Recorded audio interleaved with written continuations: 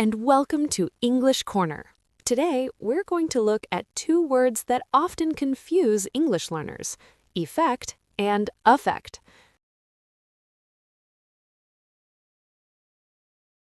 First, effect. This is usually a noun, and it means the result of something. For example, the medicine had a strong effect on her health.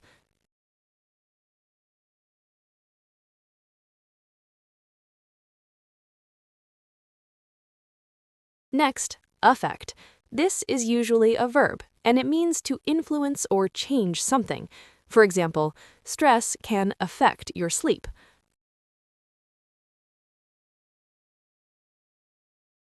Here's a quick tip to remember. Effect equals result, usually a noun.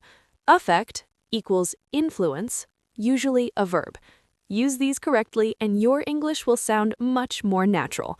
Thanks for watching English Corner, and I'll see you in the next lesson.